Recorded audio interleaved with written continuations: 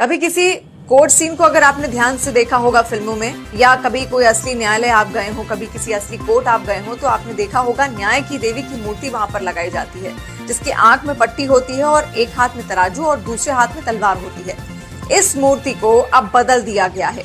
CGI के निर्देश पर अब इस मूर्ति को बदल दिया गया है और सुप्रीम कोर्ट की लाइब्रेरी में एक सफेद रंग की मूर्ति लगाई गई है न्याय की देवी की, जिसकी आंखों पर पट्टी नहीं है। और आपको जानकर ये भी हैरानी होगी कि एक हाथ में तराजू तो जरूर है, लेकिन दूसरे हाथ में तलवार की जगह अब संविधान है।